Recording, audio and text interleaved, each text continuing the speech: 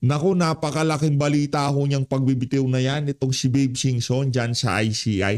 Napakalaking dagok ho niyan pagdating sa propaganda machinery ng administrasyon itong si Bangag. Kasi ho mga kababayan, talagang pinili ho nila yung mga individual na talagang pagka nagsalita, kahit papaano papaniwalaan dyan sa ICI. Ngayon, yung isang individual na pinili nitong si Marcos Jr., nagsalita na ho na talagang walang kapangyarihan yung ICI na yan. At tila bagang naglolokohan lang sila pagka sinasabi nilang naghahanap sila ng accountability o talagang papanagutin nila yung mga mesala dito sa mga maanumalyang flood control project. Totoo naman ho yung mga sinasabi ng mga ibang kritiko dyan sa ICI na yan. Pang optics, pang PR, hindi galing sa atin.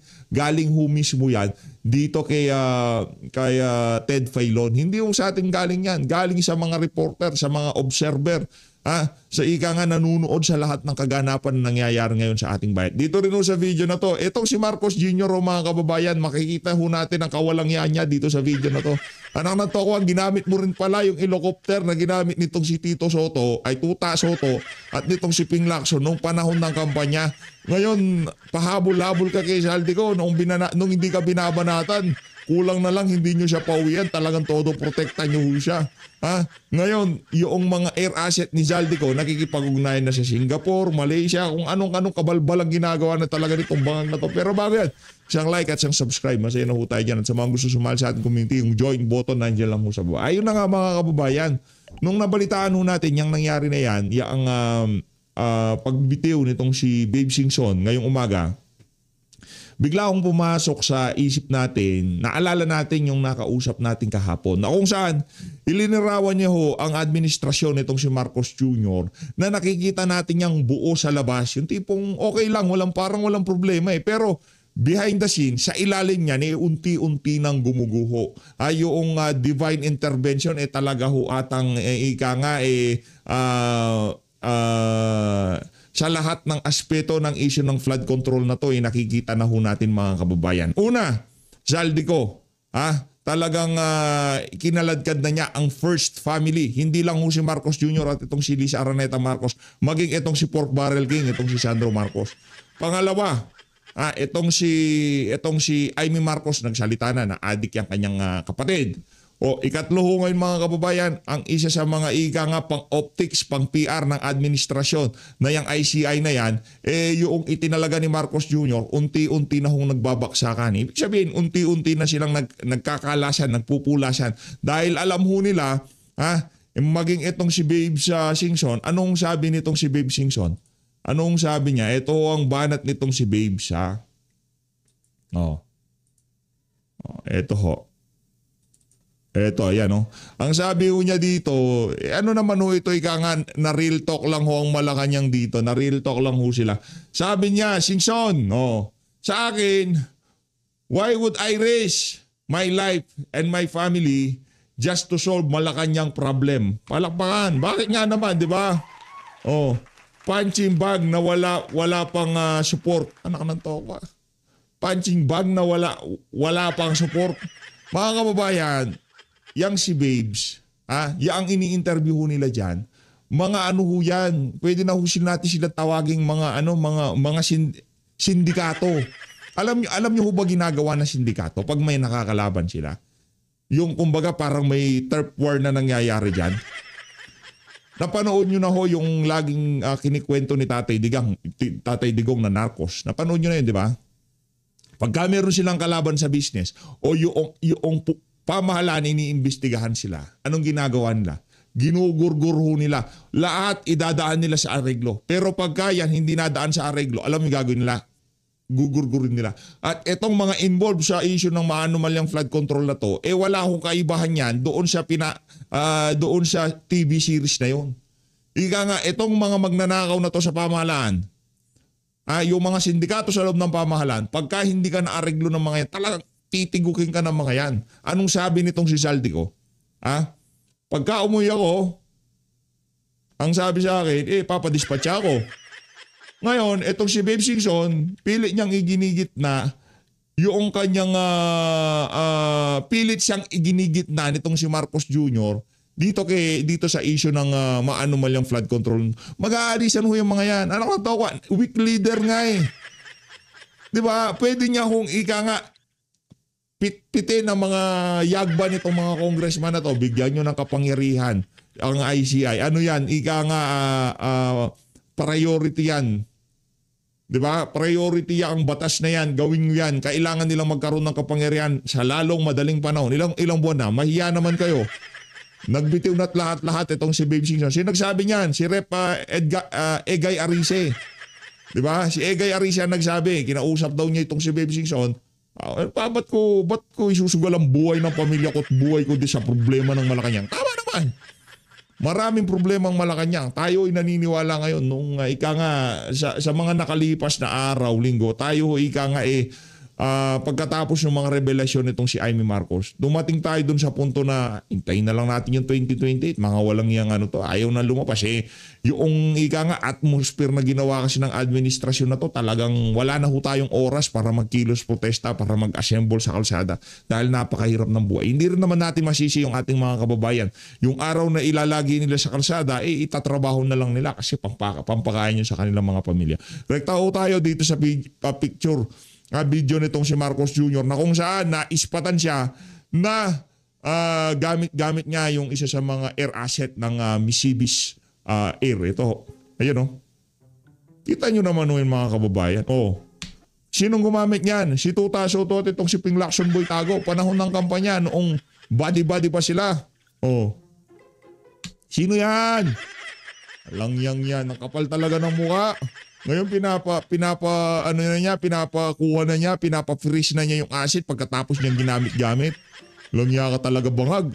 Ayan yan Eh, saldi ko yan eh. Langya ka talaga bangag Ayan siya Langya talaga tong bangag na to Awa-tawa ka ba dyan pagkatapos ginamit niyang misibis sa air asset? Ayan siya mga kababayan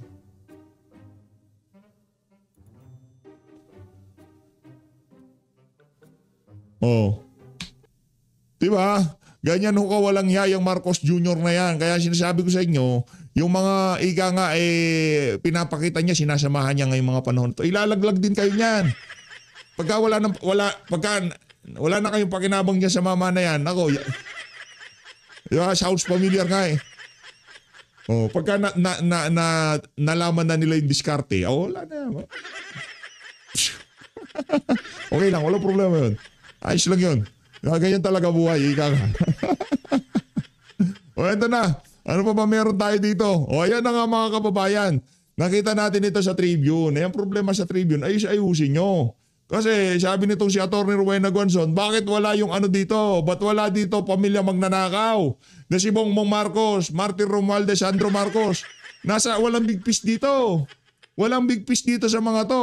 Papunta na ba sa big fish? Anong big fish? Yan si Joel Villanueva, hindi big fish yan. Anak ng tokwa, si Joel Villanueva, si Jingoy Estrada, feeling ko itong si Bong Revilla, big fish yan. Si TC Escudero, 30 billion? Big fish na kagad? Anak ng tokwa, kalahating maleta lang yung kay Saldi ko, papunta kay Martin Romualdez, anong big fish? Grace po, big fish yan. Finance Committee katransaction mo si Saldi ko. Ang big fish dito, malamang sa malamang 3 lang. Si Bong Revilla, si Grace po, at itong si Zaldico. Silang 3 lang ang big fish dito. Di ba? Nung panahon kasi ng kampanya, itong si Bong Revilla, nasa ticket yan ni Bangag. Kaya kasama to sa big fish. Kasama ito sa alyansa ng mga magnanakaw. Ano ba? Walang big fish dito. Wala si Pork Barrel King dito eh. Kung meron tayong Pork Barrel Queen, meron tayong Pork Barrel Harap na Petrang Garamada. Ano yan? Ano sabi niya? ICI as it today does not have enough powers. Hindi ayaw kayong bigyan. Pang-optics lang kasi kayo. Ano kayo? Para kayong mga vlogger dyan. Para kayong mga reporter. Para kayong TV show. Yun. Para kayong teleserye. Wala kayong kwenta. Vlogger nga, meron pala Vlogger tayo Meron. Pagka-vlogger, lalo na pagka nakahanay kay dating Pangulo Rodrigo Duterte, asahan nyo, Yung mga sinasabi niyan nasa katuwiran. Pero yung mga vlogger na bayaran, ibang usapan yun. Itong ICI, pang optics, pang PR lang kayo dyan. Para kayong bayarang mainstream media. Ano to ka? Alis ka na dyan, babes, kung ako sa'yo. Eto na mga kababayan. Eto na yung ika nga ito na pinakamalaking sampal sa mga walang hiya. Ito mga kababayan, ito ang pinakamalaking balita. Kahapon hindi ho natin napasadahan to Kinandakan survey noong November 21 to 28, 2025.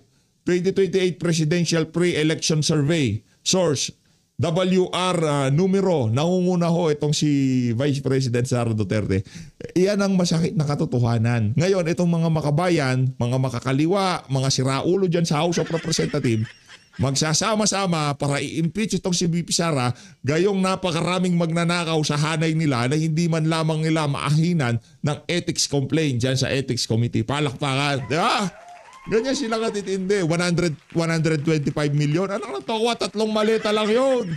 3 maleta lang yun na hinahatid nitong si Zaldico dyan sa Forbes Park. Yung 3 maleta nga na yun, ginamit na pang imbestiga kay Zaldico dyan sa mga makakaliwang grupo Sa mga nagre-recruit sa ating mga kabataan noong nasa DepEd pa itong si Vice President Sara Duterte. Ano pa man, ika nga, re-recta ho kagad tayo.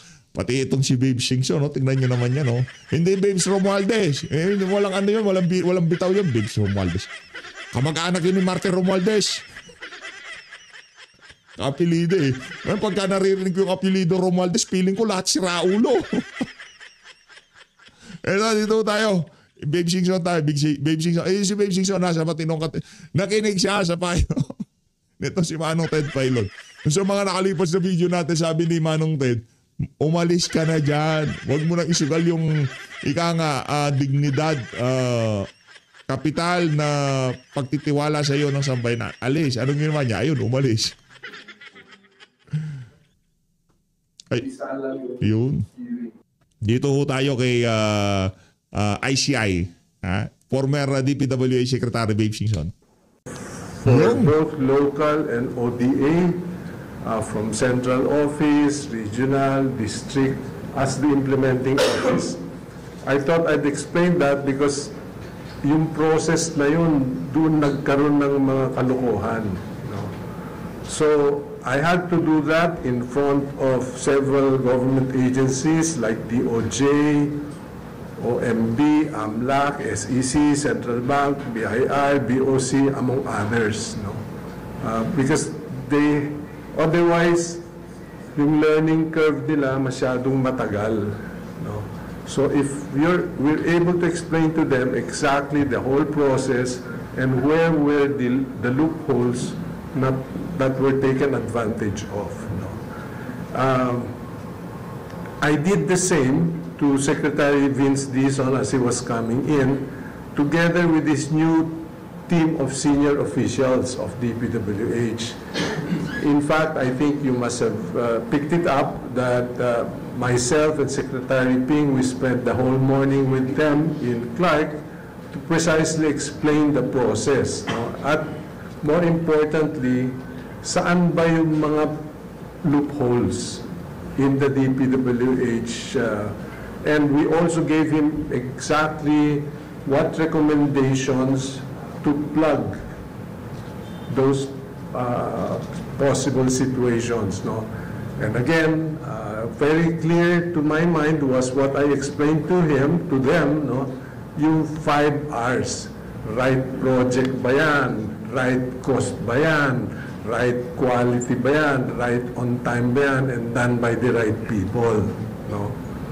And we also explained to him that during my period, and 2010 to 2016, including the time when Secretary Ping was DPWH Secretary, we always made sure that yung ABC, yung amount, total budget for the contract, publicize, hindi sekreto yan. So that people know or bidders know exactly what is the budget, plus minus. Kung you're outside that plus or minus band, then you're considered stray bid, hindi ka tatanggapin. The other information that we gave to DPWH was we adopted an important document as part of the bid submissions of contractors, what we referred to as the integrity pledge. That for you to be able to bid as a contractor, you commit to certain proper procedures, not to engage in corrupt practices. Part of your documents yan. If you don't submit that, we will not allow you to bid. Okay? So, very clear 5 R's that we referred to for good governance and anti-corruption program. Okay, this was what I felt I had to contribute to ICI, no? Including the recommendations to precisely address saan nangyari yung mga problema. I think you must have heard that during our time, 50 million ang level of authority ng district engineer. Biglang lumobo to 150, tapos yung regional office naging 400, kaya wala nang nakikitang local project sa head office kung hindi yung foreign assisted na lang. No? China-chap-chap na sa baba. So those were the major recommendations, and I think you must have heard that Secretary Vince has already reduced the level of authority of the district offices and the regional offices. Now, at the ICI level, we also accepted and agreed that because the legal process dito sa Pilipinas, several layers. From prosecution, building of cases, dalayin sa ombudsman to Sandigan Bayan. Medyo mahaba yon. And I kept mentioning, including meetings with the legislators, 2 gold standards for anti-corruption. I will keep repeating this, the ICAC of Hong Kong and the CPIB of Singapore. What is the major change in those 2 gold standards? All in one. Hindi na pasa-pasa. No? There's only one agency from foreclosure to lockdown to hanggang kulong, isang agency lang. Okay. Now, unfortunately, ICI was created, I would imagine, as an urgent matter. Kulang sa budget, walang budget, nasa diary yung budget, wala sa amin. Ganun sitwasyon ba? So, what we wanted to convey was ICI as it is today does not have enough powers to be able to execute as quickly as we can what we need to do. And that's why I am appealing to members of Congress, both the House and the Senate, ipasa nyo na yung IPC, or Independent People's Commission at the Senate level, and the ICAIC, which is at the lower house version. They committed that they will pass it before the end of the year. So hopefully by the end of the year, you will now have a much stronger independent commission with proper powers and authorities that ICI does not have. Now, because precisely of the long legal process, we had to resort to administrative measures. That's why we have been meeting with some 20 government agencies that have some administrative remedies. For example, classic example, yung Philippine Competition Commission. They can penalize bidders that are involved in bidding of rigs. At the first instance, 100 million, growing all the way to 250 million for every rig bidding. So the other one would be a forfeiture of assets, freezing of assets, yung mga air assets included, as well as under declaration of ITRs of corporations. Hindi nakikita ng BIR dati yung total amount of contracts except what is submitted by the corporations as their income tax. No? So you must have heard of BIR running after back taxes and penalties. No? So with that, there's now in place, with the initiative of Chairman Andy Reyes, the creation of a technical working group that met, I believe some of you were present during the early portion of the TWG, where all the agencies were agreed to deadlines, no, for future. Kailan yan? You have to submit within 7 days to the agencies involved. So, heavily dependent on AMLA for future at saka yung mga decisions so that air assets could be taken back to the Philippines. Yung mga ganun discussions. No? Now, so, with both the legal, as I mentioned, na medyo matatagalan, administrative measures become very, very important. And this has to be reported regularly. Walang administrative measure dyan, sir. Ano lang naman kayo, pang PR lang naman kayo eh. Huwag na kayong umasa ng administrative measure. Paano pa sila makakapagnakaw pagka inigpitan nila yung ano niya, halimbawa dyan sa DPWH. So ganito gagawin natin para malinis na talaga. Wala na makakapagnakaw. Imposible yung mangyari yun. Diba? Ganun lang naman yung mga kababayan. Imposible yung mangyari yung suggestion na yun itong si Babes. Public, para hindi naman nila parang walang nangyayari. No?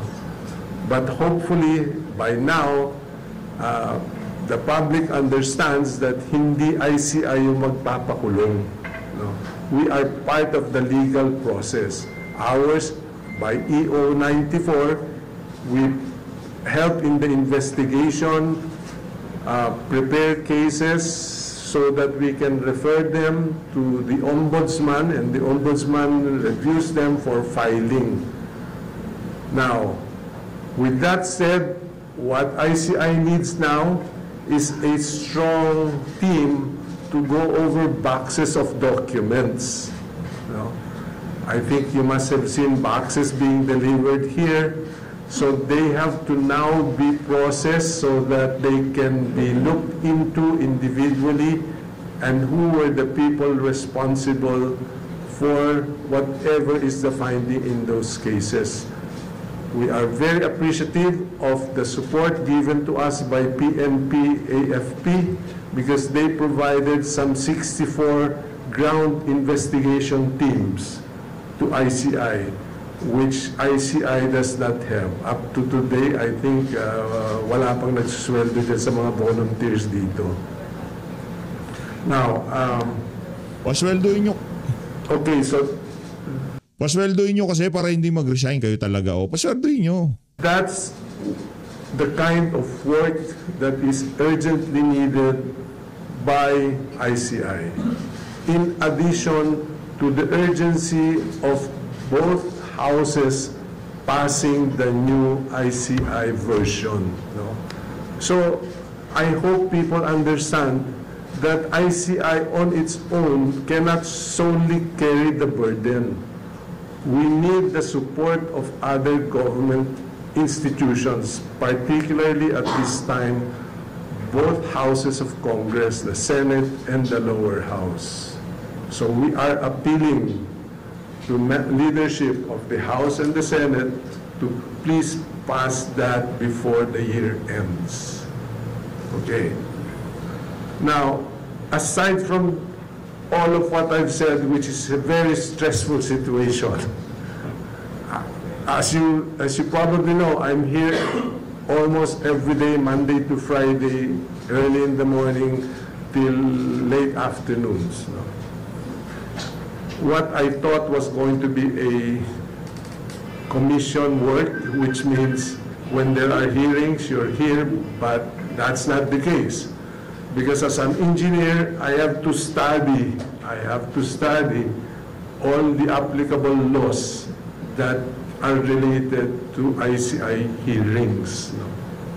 Now, so because of the stress, my 77-year-old body cannot take it anymore. That's the other half of the situation. I've been in and out of the hospital. I just came from a medical workout this early. So, alam niyo na, pagka nag-medical workout ka, jeta ka ng 10 hours. No? Maaga kang nagigising, blood extraction.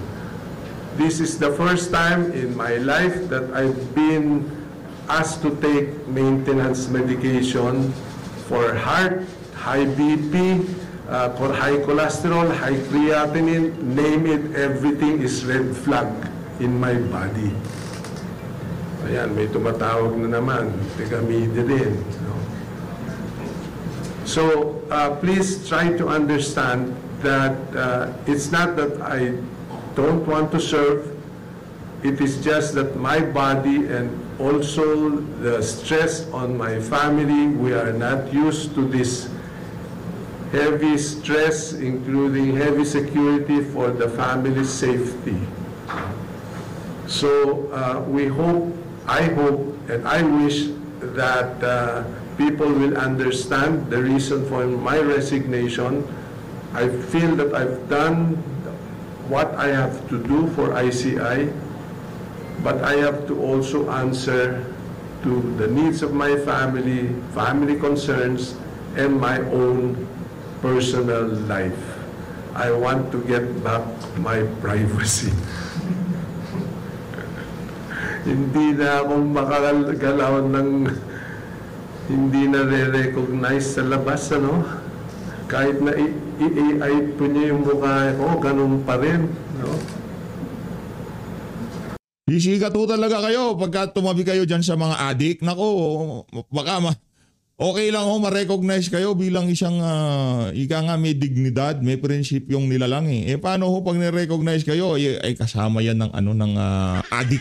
So, mahirap na. Kaya ang ginawa na yan itong si Sheikh Babes napakagandang napakagandang hakbang para sa iyong magandang kalusugan.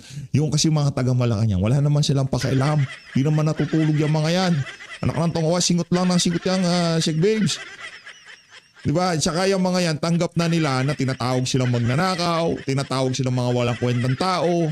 Kayo ho pa, balita ko naman talaga kahit itong si Manong Ted, taas ng nila sa'yo pagrespeto Kaya yung pag-alis nyo ho na yan, dyan sa administrasyon itong si Marcos Jr., palakpakan yan, ika nga.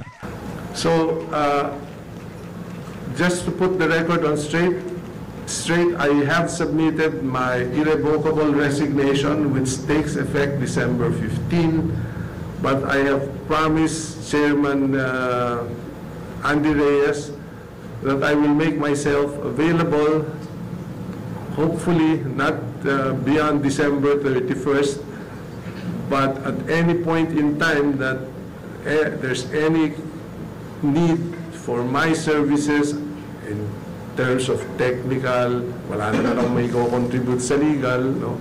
So I'll make myself available. That's what I committed to the ICI commissioners. No? So with that, I'm open to questions. Yan tayo sa question na nasa portion. Sige, Joseph. Total, ikaw ang unang katipid. Sir, yung nagsasabi kasi, sir, na it has something to do with the output of the ICI in terms of maybe people who are recommended charge. What do you mean? For example, may mga lawmakers, your Vice President, Okay. how do you find the findings of the ICI yesterday with regard to the senators? Do you agree with that, or if it were up to you, it would have been a stronger recommendation? No, as I said, I will leave that matter to the lawyers. No, ayaw ko namang pangunahan yung mga former justice. No? Our chairman himself has been through this, we have surrounded by lawyers.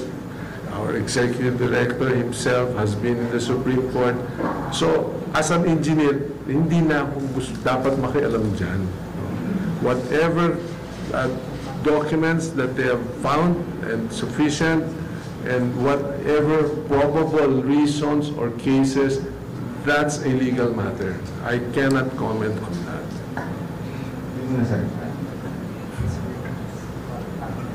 Hi, sir. Good morning. Lance po from News. Sir, my first question, have you personally talked with the President about your resignation? No, but I have submitted and I have addressed the letter to the Office of the President. Second question, sir. There were some lawmakers din na malungkot din sa pagbibigay niyo sa pwesto, but there are also some saying na ICI is there without you in the commission. I don't think that's a fair statement. No? It's a commission work. No? I'm just one of 3 members. No? So, but again, let me repeat, the burden of this problem cannot rely solely on ICI. Yan, no. Alam niyo no, ibig sabihin yan, lumabas tayo sa kalsada. Nagpapatulong na sa sambayan ng Pilipino itong ICI. Hindi, walang komisyon na makakapag-resolve ng problema na yan na ginawa nitong si Marcos Jr. Maniwala ako kayo mga kababayan. Ito kasing kumbaga itong administrasyon na to, naging naging perpekto yung kumbaga para maging breeding ground ng mga magnanakaw. Kasi nung panahon ni Tatay Digong, hindi akma ang panahon, hindi akma ang weather para magparami, magpakataba itong mga walang yung mga salot na to sa bayan. Pero dito sa administrasyon na to, adik daw di umano presidente, magnanakaw ang pamilya, kumbaga lahat ng pagkakataon nagtugma-tugma para itong mga magnanakaw na to magsama-sama at talagang walang yain ng pera ng sambayan ng Pilipino. Yan, ganyan ang nangyari dito. Naging perfect na breeding ground ng administrasyon sa mga magnanakaw, sa mga pork barrel king. Diba? Yung mga wala nang inisip bago matulog kung hindi puro kaperahan. Anak ng tokwa, magdasal naman kayo! Walang niya kayo! Oy Marcos Jr., magdasal ka naman bago matulog! Ano pinagdadasal mo? Sana mayroong panggamit bukas, gano'n. Hindi, panggamit ng ng pulburon. Kayo talaga, pulburon. We need a strong Sana bukas ang almusal ang almusal ko bukas Mary Jane, gano'n. support from the Office of the President. We need strong support from both houses of Congress. Otherwise, on its own, without the necessary powers, unfortunately, it will not move as fast as we want to. Morning, sir. Yes. Jacob from Philippine Star. Just for the record, sorry.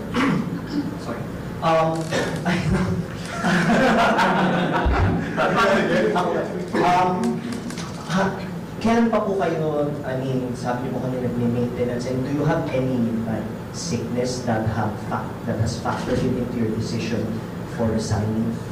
Medical findings. Yeah. Gusto niyo makita yung red flag na results ko, labas-pasok ako sa medical. High cholesterol, high blood pressure, which I've never experienced. Kaya para akong high parati ngayon.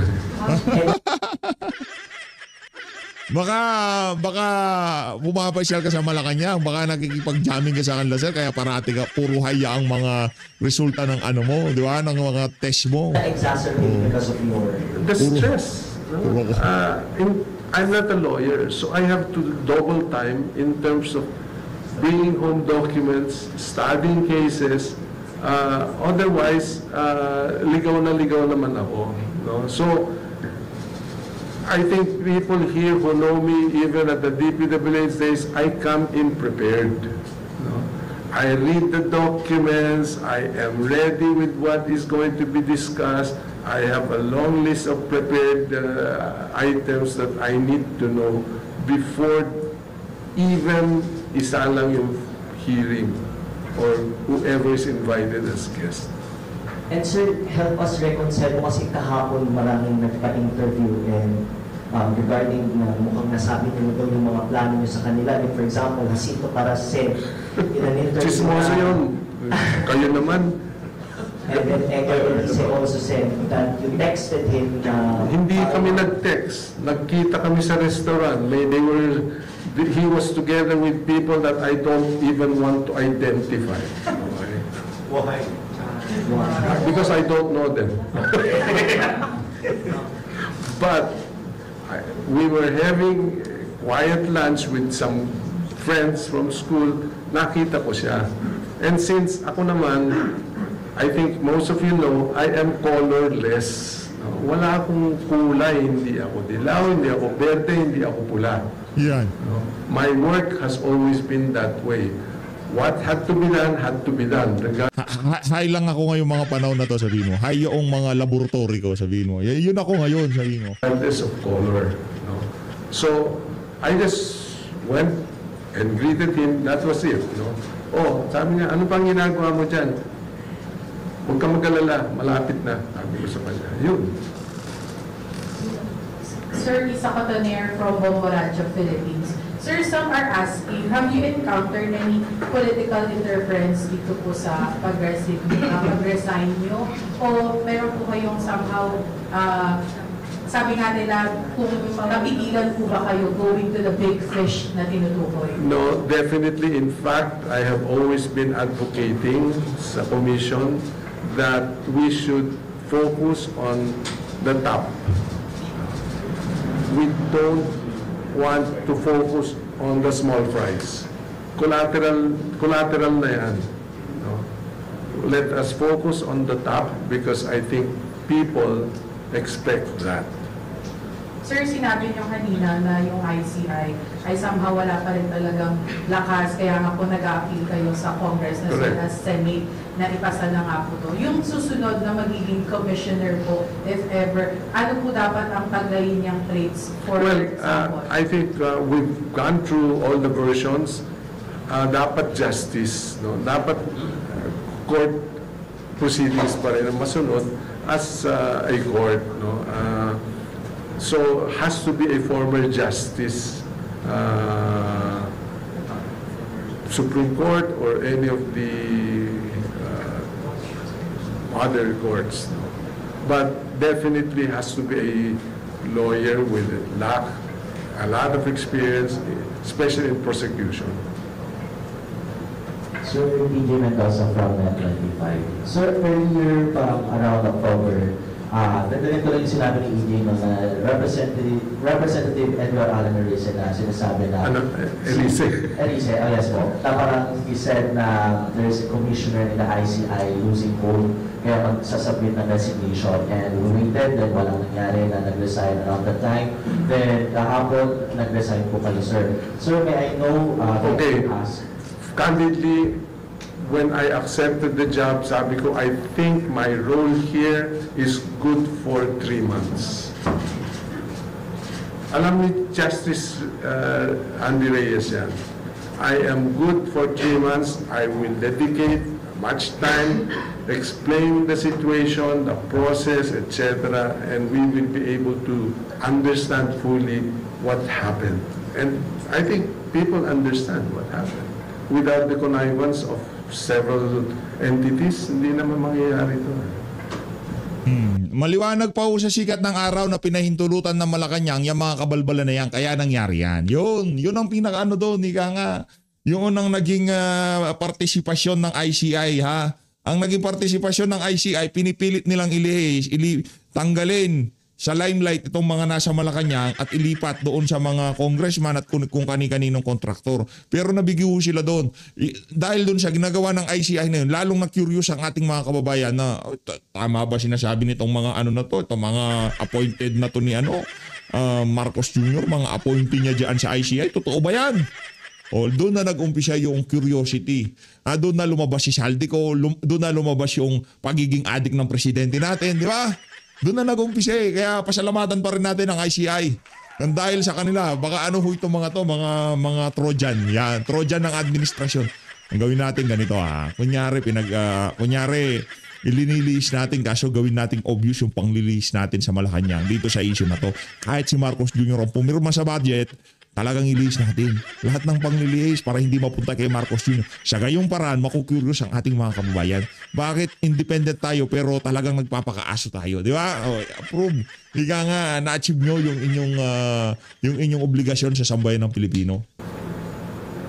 Sir, good morning. Juan Antonio po from IBC News. Sir, can we get the confirmation that you will be taking part as one of the advisor for DPWH as confirmed by Sec. Vince Dizon? Ever since naman, DPWH has been close to my heart. No? Anyone sitting official of DPWH, I've always been open to giving advice. No? So, especially so, because if you recall, ako yung tinatarget sa DPWH. No? And fortunately, napapayag namin si Vince Dizon. So, in fairness to him, I want to help him as much as I can. Even today, nagte-text siya kagabi, hindi ko naman makuha dahil talagang usi na yung ulo ko. Good morning, sir, sa Commissioner. Ako po si Ernest from One News. I just want to ask, tugtog ko lang po doon about the Representative Elise, about the whole program. He said there, no, na parang magiging washing machine or punching bag daw kayo ng publiko, no, and parang sinabi niyo daw po na parang bakit niyo daw po iniris yung inyong buhay para linisin ang kalat ng Malacanang. Any confirmation? Hindi naman kalat lang ng Malacanang ito, no? Kalat ng buong Pilipinas. I mean, this will not happen without connivance of several offices, no? Including the agency where I served for 6 full years. No? Kaya ako nalulungkot. No? And I keep repeating, even today, I will repeat it again in front of all of you. The total master plan for flood control for the 18 major river basins. Kala nyo 18 lang yon.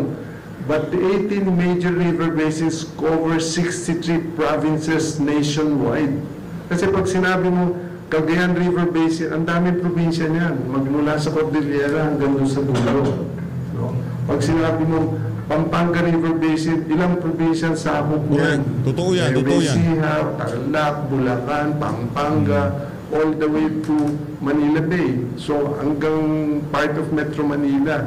So when I say 18 major river basins, it covers 63 provinces. Yun ang kinsasama ng loob ko. The cost of the budget allocated for flood control, nakawin na nila yung iba. No? 1.7 trillion was allocated for flood control alone during the last 10 years, 2016 to 2025. Those 18 major river basins could have been implemented over a 3-4 year period for only 800 to 900 billion pesos. Hindi pa sa kasamaan loob natin dun.